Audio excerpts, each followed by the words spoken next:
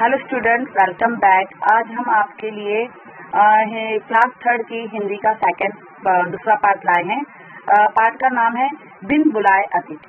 बिन बुलाए अतिथि का मतलब ये है, अतिथि का मतलब होता है मेहमान। बिन बुलाए मेहमान, जब हमारे घर में हम ये सोचते हैं कि आज कोई नहीं आए और उस समय अगर कोई मेहमान आ जाए तो उसे कहा जाता है बिन बुलाए अतिथि। जब अगर हम किसी को बुलाते हैं तो वो एक अलग सोच रहता है, और जब बिन बुलाए कोई आ जाता है तो उसे हम कहते हैं कि बिन बुलाए अतिथि। चैप्टर देख लेते। गोपाल किशनपुर गांव में रहता था। गोपाल गरीब था, लेकिन उसका स्वभाव बहुत उदार और धार्मिक था। राह में उसे जब भी कोई साधु महात्मा दिखाई देता तो वह उसे प्रणाम करता और घर चलकर भोजन करने को आग्रह करता। गोपाल की पत्नी मालती उसकी इसी आदत से बहुत परेशान हो चुकी थी। गोपाल को इस बात की चिंता भी नहीं रहती कि घर पर भोजन बनाने के लिए आटा दाल चावल है भी या नहीं। मालती चूल्हा चौके का काम निपटा कर जैसे ही आराम करने चाहती, गोपाल किसी न किसी को ले आता और मालती से भोजन बनाने के लिए कहता। इस स्टोरी में गोपाल नाम का एक व्यक्ति है जो किशनपुर गांव में रहता है।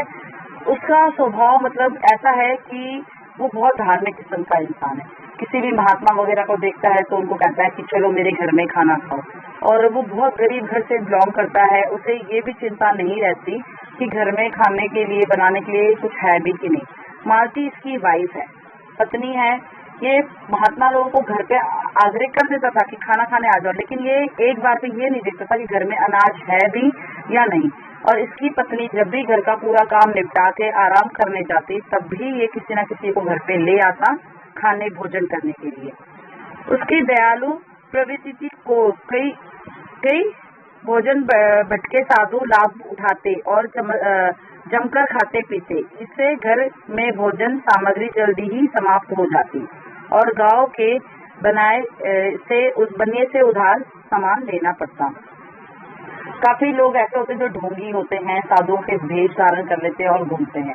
लेकिन जो गोपाल था वो इन सब चीजों से परे था। वो जैसे किसी को साधु महात्मा के पोशाक में देखता, उन्हें कहता कि घर चलो।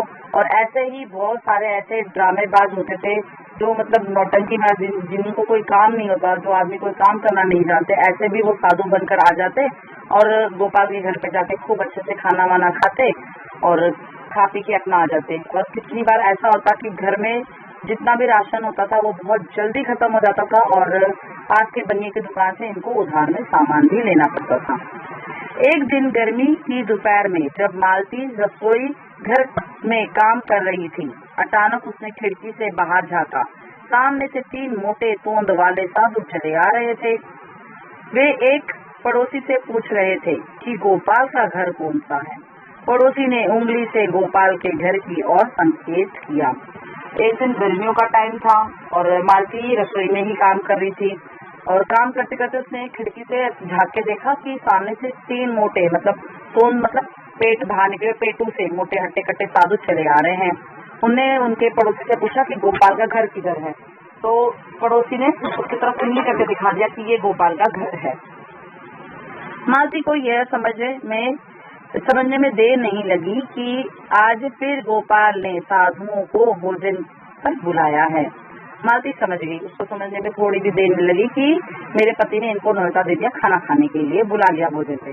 साधुओं की मोटी तोंद से उसने अनुमान लगा लिया कि एक साधु कितनी पूरियां खाने वाला है और उनके पेट को, उनके शरीर को देख के मालती ने ये सोच लिया कि ये एक साधु कितनी पूरी खा सकता है।